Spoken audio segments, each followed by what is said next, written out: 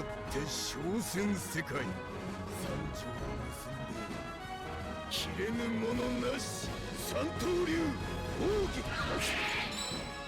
一大三千大戦世界。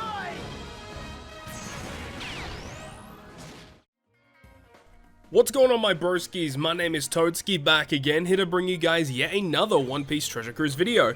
And today we're bringing a very special video as I have, through recent endeavors, been able to get V1 Zoro at max level limit break. So he receives an updated captain ability as well as an updated special ability. So it's going to be pretty cool to go ahead and test out one of these really old school characters that essentially never sees play anymore, and see what he's like in, more modern content. So let's go ahead and start breaking this man down. I did actually get him to level 150 as well, so he has those buff statistics. He does not receive a buffed captain ability via limit break expansion, so I didn't have to really worry about that. But Zoro himself is a Dex slasher driven with a captain ability that provides slasher characters with a 4.5 times attack and a 1.5 times health boost, but then says that if you defeated an enemy in a previous turn, he provides a 5.25 times boost instead. But that's all it really does, is that, base attack boost, and then, obviously it'll get higher if you defeated an enemy in the previous turn, and a very substantial health boost. Like, in terms of the captain ability, yeah, in today's day and age, it is lacking a little bit because there's no matching slots, there's no cooldown at the start of the quest, there's no utility in that captain ability either. So, yeah, the captain ability is not great in comparison to a lot of other characters that we have currently, but he's far from unusable. He's actually a very good captain still. And while if you're in a situation where you're unable to kill something in one turn, then yeah, this is definitely not going to be the best captain, as you actually lose out on a substantial amount of damage, going from 5.25 all the way down to a 4.5 multiplier. So you do lose out on quite a big chunk there. But still, 5.25 multiplier with a 1.5 health boost, it's definitely usable. And I mean, slashers are probably not the best class in the game, but they're not the worst either. They have a lot of really cool characters, and you'll see throughout this video there's a couple of cool units that we're able to use alongside this Zoro to kind of get through content. One in particular character that was kind of nice is actually Legend Hiyori, which I use in a couple of these clips here. Full board of Wano slots, unlocking them in great utility, healing. It's just a really good combination with that Zoro. But anyways, captain ability aside, let's go ahead and talk about his special.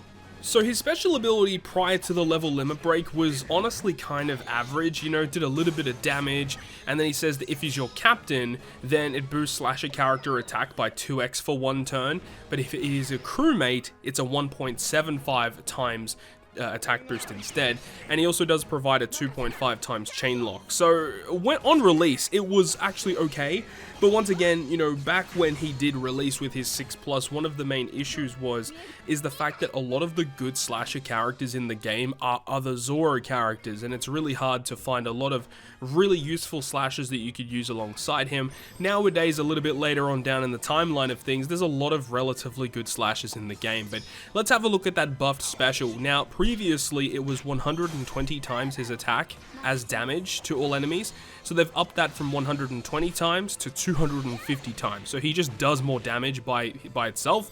And then he also says that he boosts the attack of slashers by 2.25 times and also locks the chain at 3.25 times. So better attack boost and a better chain lock, which is not really that big of a surprise. Just upping the numbers obviously makes his character a little bit more viable in content. But then they also go on to say that if your crew already has an attack buff active, instead, he's actually going to go ahead and give you a 2 times color affinity boost for your slasher characters for one turn. So that's interesting too, where it makes the special a little bit less redundant. And if you're in a situation where you already have a far better and more substantial attack boost on your crew, you can just use him as a color affinity booster instead. And while I don't think the special ability is really all that great, and I'm pretty sure if you actually use the special ability when you already have an attack buff active, the way that it's worded is like you don't even get the chain locked. Like you literally have to have no attack boost when you launch his special to then get his attack boost and his chain lock. But if you already have an attack boost, then you don't even get the chain lock, you only get color affinity. And that's just the way that it's worded. I hadn't actually tested that, but the way that it's worded, it sounds like it's going to work that way, which is a little bit bizarre, honestly, because the character really needed a little bit of something extra. I believe Zoro was one of the first batch characters to receive level limit breaks, so it's only going to go upwards from here with other characters and their other level limit breaks. But all things considered, you know, it is a very substantial buff to what we had previously, but I don't think it really makes this character, you know, god tier in any sense. I think this character is just perfectly acceptable for what he is.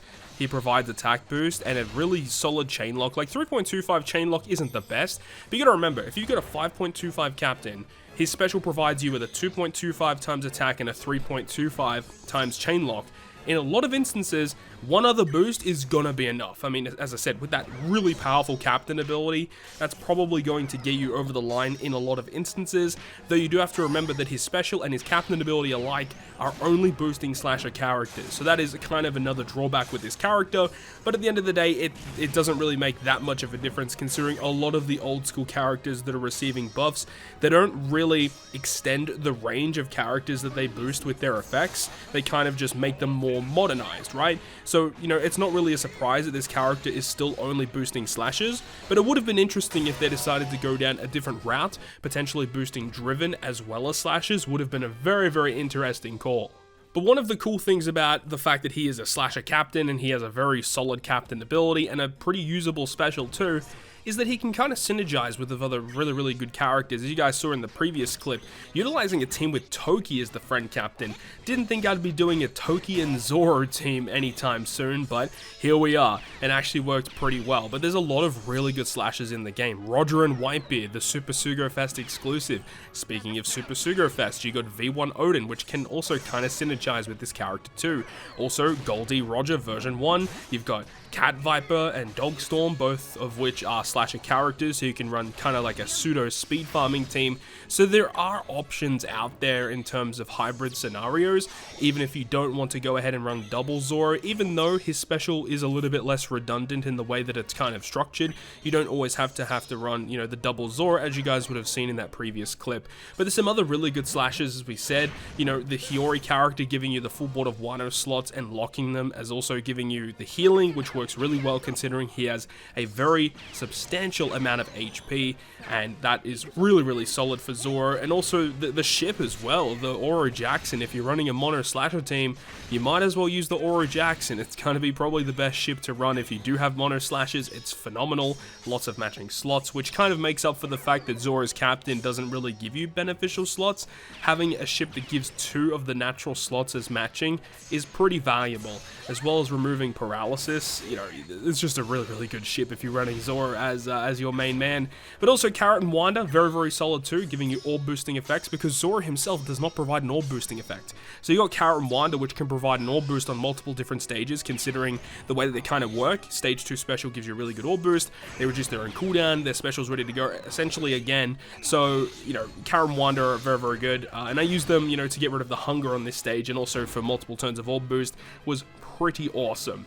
And also, you know, Final Tap Law in this team, pretty awesome character to use with him, great synergy, and also increased damage taken is also pretty valuable. The Final Tap, of course, you know, it is a little bit of a downside that these characters don't receive super types or super classes, but it is what it is. It is essentially just a buffed version of a really old legend that is just making the character more modernized and is able to be used in a lot of new content, which is really fun. With all of that being said, that is going to wrap up this One Piece Treasure Cruise video. I really hope you guys have enjoyed this one today, and if you guys did enjoy the video, make sure to go ahead and leave a like. And if you want to stay up to date with all of the content that I post, including more One Piece Treasure Cruise content, make sure to hit the subscribe button down below. But on that, guys, I'll see you guys within the next video.